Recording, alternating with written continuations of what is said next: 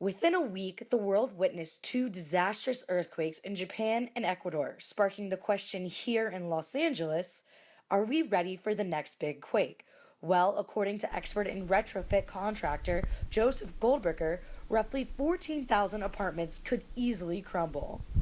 Do the buildings have a vulnerability? Yes. These soft-story apartments were built right after World War II as an inexpensive place to live. However, the tuck under parking doesn't have enough bracing to withstand the seismic movement in an earthquake. All this exposed, which makes it vulnerable to that collapsing during that pancaking. The 1994 Northridge earthquake was the last major shake to harm the area. It destroyed buildings, uprooted freeways, and killed 57 people while injuring nearly 9,000.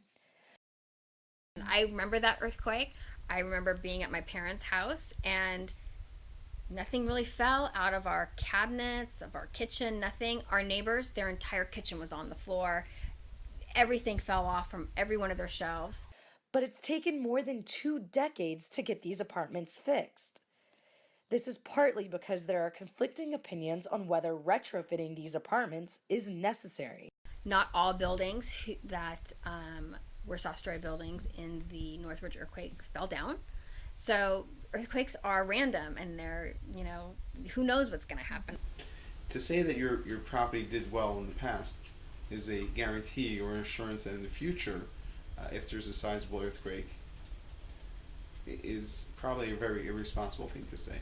The biggest fear comes from tenants like residential advisor Christina Bancroft, who is responsible for an entire complex of college students. What's your first immediate response to hearing that the building isn't safe? Concern.